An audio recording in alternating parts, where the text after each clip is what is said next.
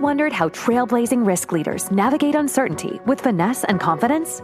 Uncover the surprising connections between their personal journey and professional prowess, and get ready to learn and elevate your risk management game with the RiskMasters podcast. Join host Julian Hay in collaboration with Risk.net as they delve into hidden gems of risk leadership through engaging conversations and thought-provoking insights from board directors to chief risk officers and business leaders.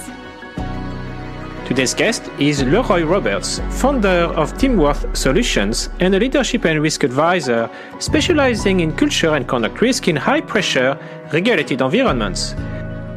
With more than 19 years of frontline leadership experience across the British Army, the Jamaica Constabulary Force, and board-level governance roles, Leroy brings a rare operational lens to a topic that is often treated as abstract. His work focuses on one hard truth. Most culture and conduct failures do not begin with a scandal, regulatory action, or media scrutiny. They begin with small behavior shifts inside the organization. Small breaches are ignored, challenging business decision becomes challenging. Silence is safer than speaking the truth. In this episode, we explore culture as a control mechanisms that either constrains or amplify organization risk under stress. I'm Julien A, and this is RiskMasters. It's my pleasure today to welcome Leroy Roberts on the show. Leroy, welcome. Thank you, Julian. It's great to be here and to share with your amazing audience. We're going to start actually by talking a little bit about your career and a bit of context. So, what moments in your early career shaped how you now see risk culture and culture under pressure? No, and that's a great question. So, in order to answer that question, I'll paint a brief background, and you probably can tell by the musicality in my voice that I am from the Caribbean. So I was born and raised in the Caribbean, and I worked both in risk management, law enforcement. And then after that, I migrated to the UK, where I also served in the British Armed Forces.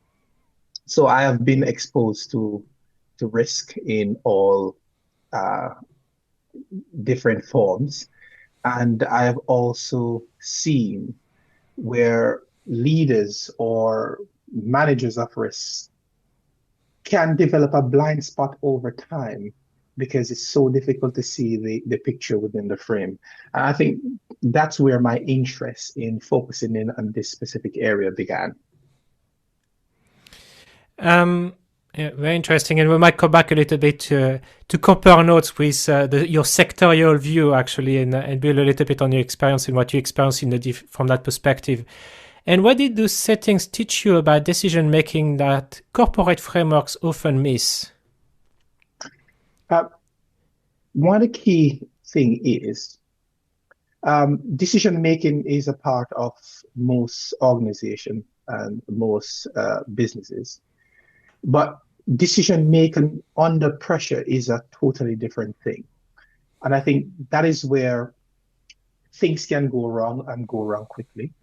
And also the people who are there to support us in the entire organization, they can be sidelined and overlooked, and they can see things that leaders at times may not be able to see. And as a result of that, the right communication flow does not happen, because there's a big difference between those people who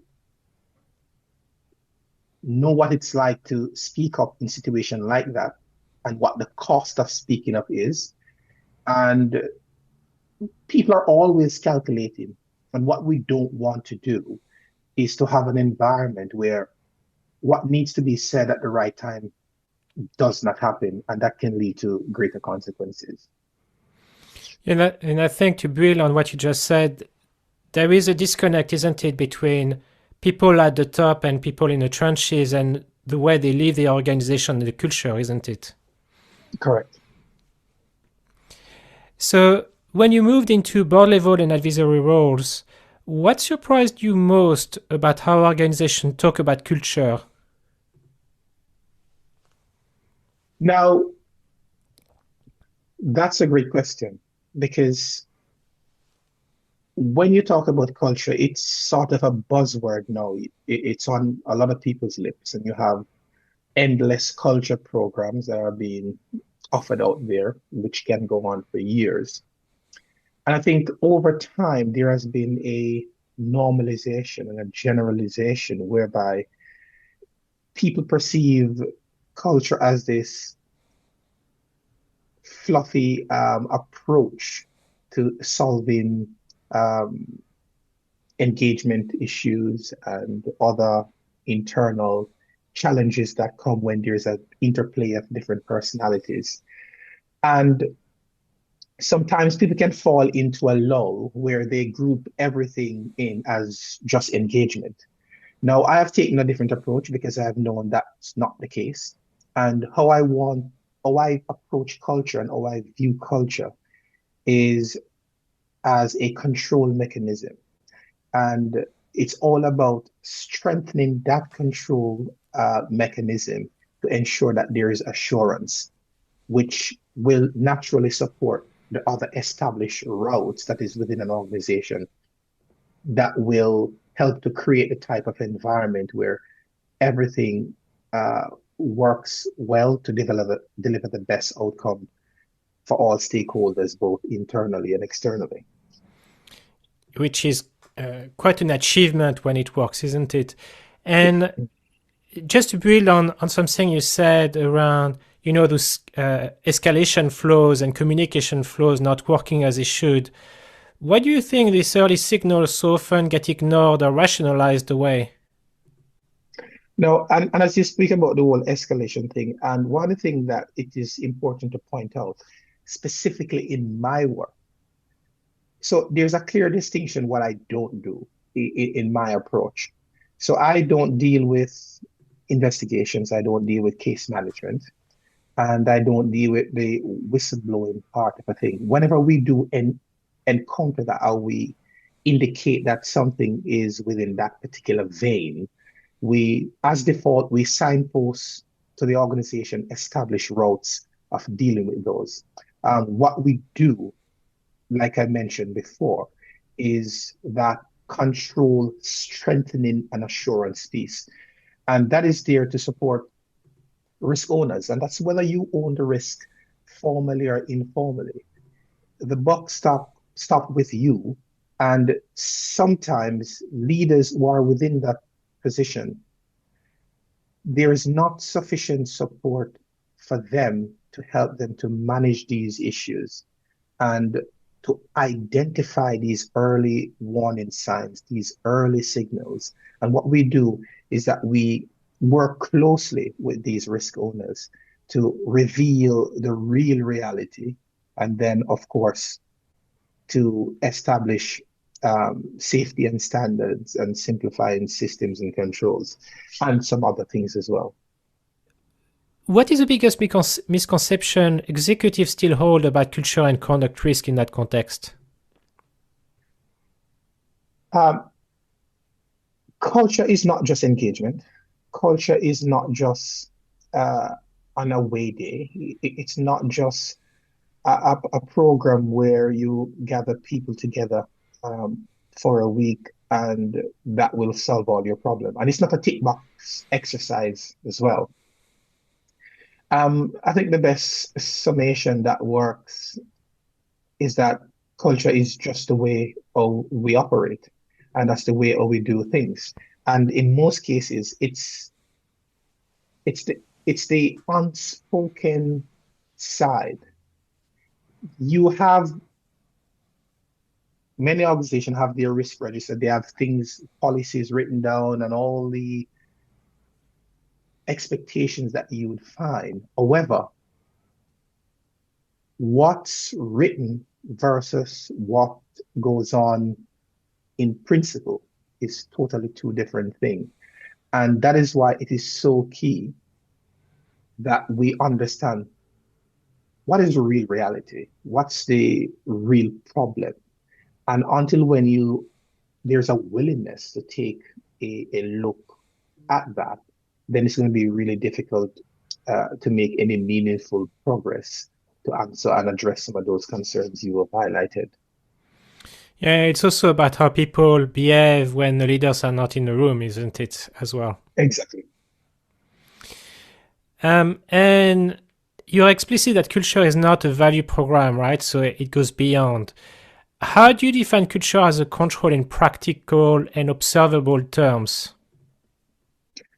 Yes. So, and it goes back to that piece I mentioned before, where I mentioned this is the prevention piece before it reaches the HR process, before it reaches other escalatory points.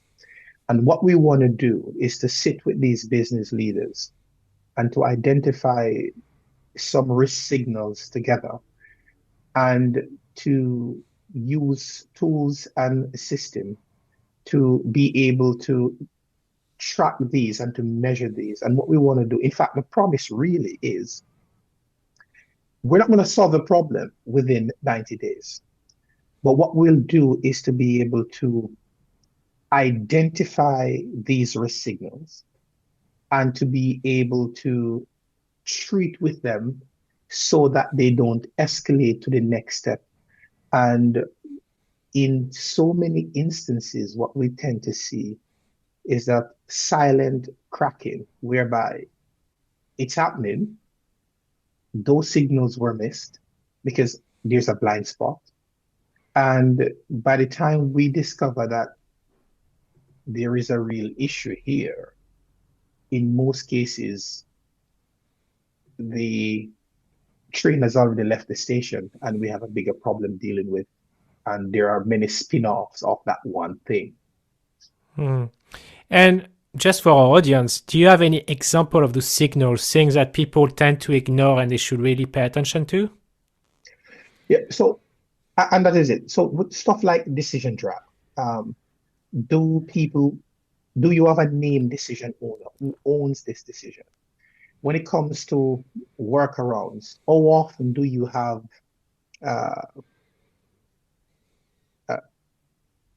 work not being followed through within the time agreed, and there are delays because expectations were not clearly communicated, and that lead to some of the issues we see.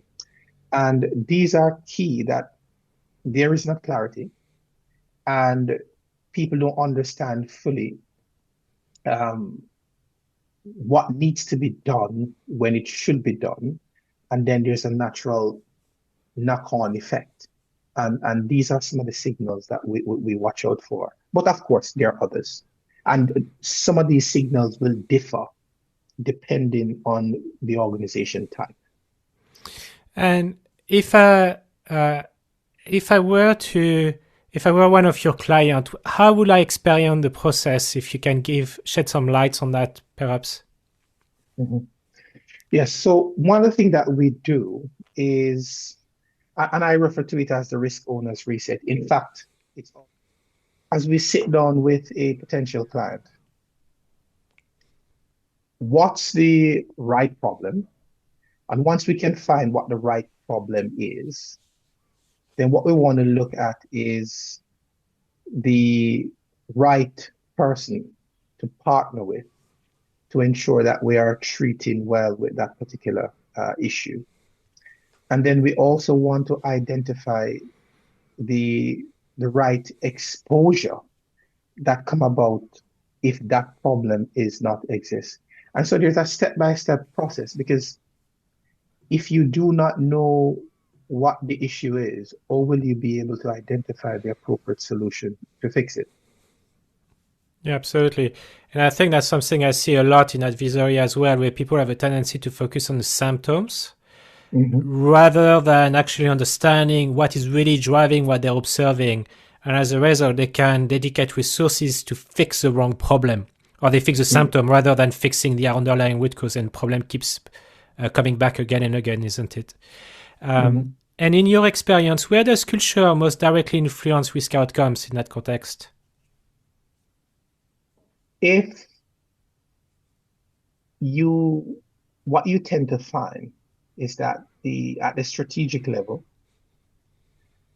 if there's not a clear understanding of the issues, when the plan is communicated to, say, for example, your operational management team, they will not be equipped with the right tools to ensure that they are managing the expectations. Because what we want is to be able to equip your management team with the right tools that they need to treat with issues that normally happen at the operational level. But at the same time, you want to be able to have that clear communication flow from strategic level to mid-management. And at the same time, mid-management should feel comfortable to communicate up appropriately. And the director or the executive who is in charge of whether it be operations, whether it be risk, they also need to be able to take that information once it's communicated up and to present that in a format mainly to their board in a way that they can understand. And we refer to, once we track and we finalize what those issues are and we have come up with solutions for them, we create or we publish those solutions in a format that we call board safe by design. Because once you get to the board, you want to be able to put that to the board in a form that they can digest that information, and they should be able to do so within a short space of time and get a sense of what the overall picture is without getting into the weeds. And that's what we want to do, is to be able to offer leaders with the ability to communicate their findings, to measure those signals, and to put it in a format that is board safe and presentable to the board in an acceptable, digestible way. And I think you already partly addressed some of that, but what are the earliest signals that culture is beginning to fail, so it's not delivering as intended, long before you see incident, grievances, or regulatory findings appear? In most cases, like I've said, there will be registers in place. There will be checks and balances that most organizations will have, and everything will look green. And most organizations use the ragging system, red, amber, green, until when the time comes when there are inspections, or until when, in the most serious cases, until when they are exposed. And then they realize, well, what were we tracking then? Because the register says everything is fine. But clearly we have ended up with an end state that is totally undesirable to us. What did we miss? How did we get here? Do you find that it happens, right? And you talk about that undesirable state. Do you see people having defined what that is from the outset, or they discover it when it happens? Now, and that's a good question. One of the questions, or one of the occurring themes that we see is that, and I've hinted at this briefly, it's difficult for you to see the picture when you're in the frame. And in most cases, an organization can develop blind spot. And as I said to you before, there is a tendency to say, okay, we already have something in place for that. For example, we have our compliance team, we have our HR team, we have our legal channels that deal with whistleblowing, etc. Now, what we offer is nothing to substitute that. But in most cases where your HR and your legal, your compliance, and your other teams deliver, there is a gap there, and that's where we come in. And that gap is not having sufficient control with the appropriate strength to prevent those escalations. And that's where we come in. That little spot between prevention and you having to deal with an incident that is already escalating. And if I shift now a little bit toward the bigger picture, right, board and executive risk ownership, board increasingly are asked for evidence of a healthy culture. Mm-hmm. And it's probably as blurry as it can be because it tries to define what culture is in that context. So what evidence actually matters and what does not in your experience?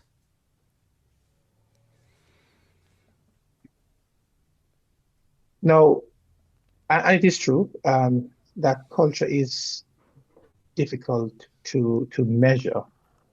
And that is why specifically what we focus on is those risk signals, which are the early signs which deals with deeper issues. And we have clearly seen that if those early signals are detected early enough, then there is a strong chance that will prevent many of the other issues that will come about by having missed those early signals. And that is where we prioritize our focus, which is to work with those executive risk owners to ensure that we identify what those risk signals are and we equip them with the tools and the advice necessary to be able to provide those control mechanism without burning out their HR department, because that would mean less issues going to them. That would be less issues or cases going to compliance, less case management cases, because we want to prevent those issues by strengthening control and, of course, giving reassurance. And if I elevate that, because that's executive level, so here you say practically that you're empowering that layer, right? Correct. If I go one level up, if you're at the board level, how does that translate? And that is where we came in with the additional piece, which we say it's whatever outcomes that we're measuring, it's going to be, because the system leads to an outcome that delivers the measurable data in a dashboard that is simple for the board to understand. And we call that board safe by design. And having worked on boards myself, I know what it's like when there is much to deal with at the strategic level. And you want to be able to present the data in a way that the strategic team can appreciate and can understand. And it's an evidence-backed approach because, again, this is a system that you can rely on, because what it does, it gives you a real practical step-by-step approach to measure those signals and to be able to document those findings. And it provides you with the information that you need to be able to take the appropriate action to reduce those risk signals, and by extension, preventing many cases moving forward, which will overwhelm your other critical teams, which have a lot to deal with already. Yeah, and I suppose it empowers in that context the board to perform their oversight responsibilities in an effective manner, right? And if I connect that back down, then what does good executive ownership look like when culture and conduct risks are generally being managed? So they have the tool, you've delivered the tools. How does good look like once they are empowered? And that's a great question. So it's all about outcomes. Now, I am a big proponent of delivering good outcomes for the betterment of all stakeholders. And when you are effectively managing risk and making use of a system that works, you are also delivering well for your team internally. Like I said, there'll be less escalation, there'll be less cases moving forward as far as compliance is concerned. The process with HR and your legal department, and you're not burning them out. So that's you delivering for internally for your stakeholders. And also when it comes to shareholders and other investors in the business, if your team is healthy, they're doing well, there's less sick days, there's less burnout, and people can turn up to work and deliver their best. The business become more profitable because again, there is less time being lost in terms of absenteeism and of course less turnover as well. And you have a staff which is functioning really well and they're doing really good at what they are really good at in terms of delivering in their areas of expertise. Where do boards unintentionally weaken culture through the question they ask or the pressure they apply on the executive team and beyond, in your experience? In most cases, because the board would, of course, empower the executives to carry out a specific function. For example, the CEO, of course, has overall is empowered to carry out the intentions and the objectives set by the board. And he, obviously, the chief executive has other directors that works alongside him, which has delegated responsibility. Now, in most cases, these leaders are given the task to carry on with the work of the board. But in order for them to perform well, we also have to ensure that they are empowered and equipped. And if boards are not fully aware that of the missing pieces which can come about, and they are not able to provide the adequate support to their executive team, to their leadership team, to be able to be in the best position to succeed, then unintentionally, they might be letting them down, because it's not about providing opportunities. It's also empowering those individuals to ensure that they have the best chance of succeeding. And I think that's where we come in, because we're there to provide that support. And there is indeed a gap there. And you actually you used the term burnout right earlier. So I'd like to connect in a way the engagement should operate in that sense. So your work emphasizes rapid stabilization rather than long change programs. Why is speed so important in culture and conduct risk? Now, let's be clear. Whilst my promise is to help executive risk owners to reduce culture and conduct risk signals within 90 days without burning out their HR team, that doesn't mean we're going to solve the entire problem within 90 days. But what it promises is that those signals that will be mutually agreed will be clearly identified, and we'll see we'll be able to measure those to understand what those are.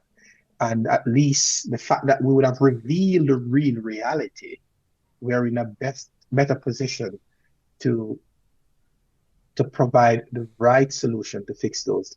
So the 90-day is just to be able to to see those initial reduction. But of course, ongoing work is needed. But we can guarantee from the system that we have used that within 90 days, you can see those reduction in risk signals.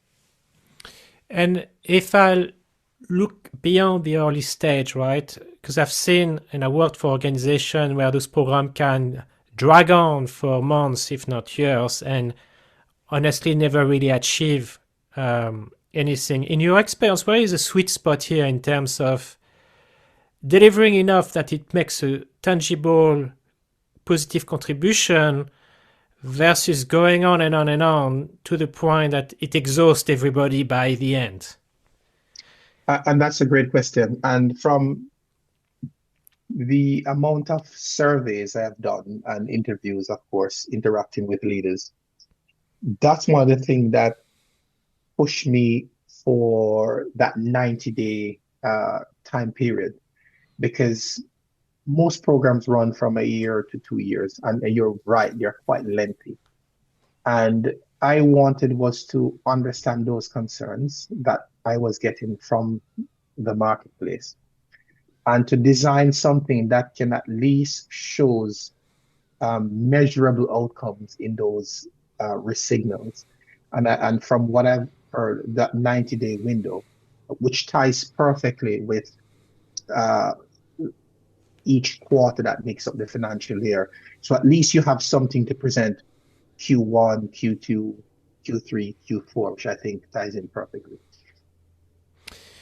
And just building from there, right? How do organizations reduce risk signals without overwhelming managers or defaulting to, say, HR intervention, like culture is HR's problem?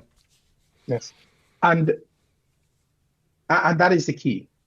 And the point here is that your HR, your legal department, your compliance, those bodies that deal with disclosure, this does not substitute that.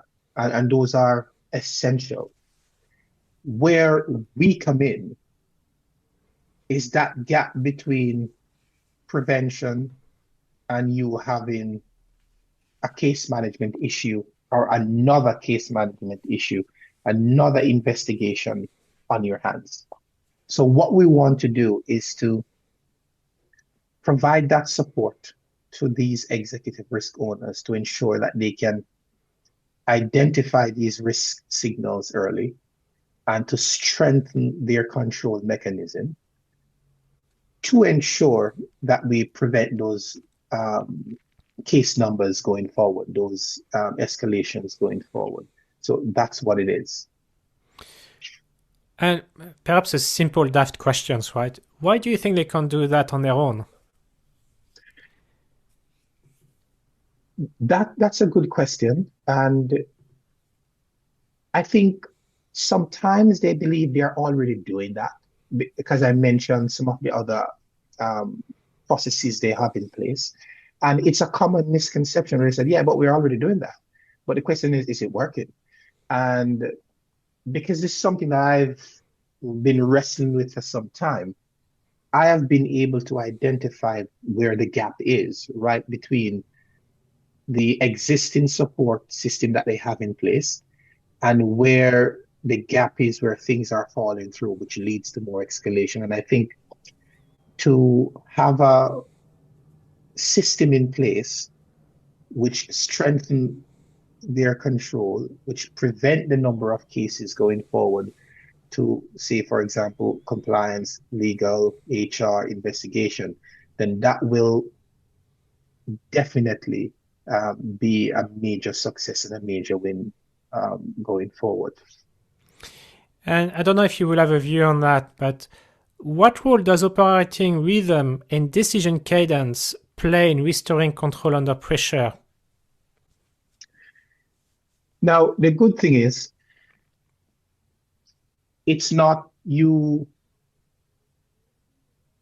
There's a term that they use. It's not throwing rice on the wall and hoping that it sticks. And that is why what we deal with is a system. And that system, I call it the reset system. And I have been hinting at it whilst we've been having this conversation as well. So the approach we use, or the framework, is called the reset framework. And what the reset framework does, it offers a system that helps executive risk owners to reveal the real reality, establish safety and standards, simplify systems and control, equip leaders and line managers, and of course, provide the opportunity for them to track and tune their progress over time, and to present that data within a simple dashboard, which is board safe by design. And that's what we offer, a system. And a system is a repeatable process that will deliver outcome, not a random thing that you apply and you hope that it will deliver an outcome. And in order to avoid that, that is why we have devised this system. So it's about using effectively a structured approach, isn't it, to bring Correct. the situation back under control? Correct. And when leaders get this right, what changes first in their organization? What are they going to observe? The good thing is, and I've hinted at this, so we tend to lead first with a diagnostic, and it's to identify through discussion where they're having decision drug, where they're having issues surfacing. And those signals will be highlighted by going through the diagnostics. And once we have a clear picture and we agree as to what those risk signals are, that's when we set out to work. So that the diagnostic that we lead with definitely help to answer that piece. And once there is mutual agreement on those signals, then we move on from there into the reset system. And I love actually to deep dive on one thing you said, because you've said it multiple times, the term decision drag. Mm-hmm. Can you just elaborate a little bit more about what you mean by that? Mm-hmm. So what is happening is, whenever there's a case where there is not a clear owner for a decision, decisions are not taken at the time when they should be taken, and that leads to the drag process. And what we want to do is to ensure that there is a clear decision owner, and once there's a clear decision owner and the person who has been assigned that specific role understand their role, and not only understand their role, but is also supported, because and I've mentioned this prior, in order for your team to succeed, they should not only be given opportunity, but they should also be rightly equipped. Because if you're not empowering them, you're not really giving them the best chance to succeed. And that's what is needed as well. So it's not just delegation, but it's delegation with support. Yeah, and I think one of the things I observed is, again, a disconnect between the strategic level and the operational level, and sometimes the two shall never meet. So it's you put people in a situation where they can never deliver on expectation because they don't have the toolkit to actually succeed there. Mm-hmm. So with that, I'd like to bring the discussion to a close. If I now ask you to reflect on your experience and the work you've done, what belief about leadership and risk did you hold earlier in your career that you've since had to unlearn? Yeah. Now, prior to this, and that's a great question, by the way, I used to see risk more in the compliance and regulatory realm, until when I started to observe how organizational culture and behavior can become a risk itself if it's not appropriately managed. And that is why I approach not only or see only risk from a regulatory standpoint, but also from a culture and conduct standpoint. And that's what led me down this pathway to define culture and conduct as a risk control mechanism and how to help leaders to strengthen that. So that's, I would say, the epiphany that I've seen from interacting within this space. And if you could give one piece of advice to an executive risk owner operating under intense scrutiny and stress today, what would it be? Support is out there, and the good thing is that you are in a position where you are expected to deliver, and when things goes wrong, it's your name that's on the line, and it is important to reach out for that support and to be in a position where you can deliver on all those obligations which are expected of you, and to ensure that you do not become a part of that number where you miss those signals and you have arrived at a place where you're looking back in hindsight and saying, I should have seen that. Yeah, one of the quality of leadership is actually to recognize when they can benefit from external help, isn't it? And finally, what work or questions are you most focused on right now? Yeah. So the key piece for me really now is to, again, to help executive risk owners, whether or not they own that title formally or informally, and is to help them to improve and strengthen their control. And that's my main area of focus. And I see myself adding a lot of value within that space, because there is a gap. And I think we can prevent a lot of cases going forward and saving other departments from overwhelm.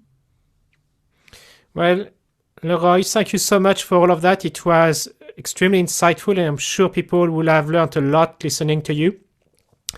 And I wish you best of luck with your endeavor. No, thank you, Julian. It was great being on and to share with your audience. Also, with your permission, there is a diagnostic which I will share with your audience if you're happy, and that's a very valuable resource that they can use, and this will be available in the show notes as well. Yeah. All right, super. Thank you so much, and speak to you soon. Thank you as well.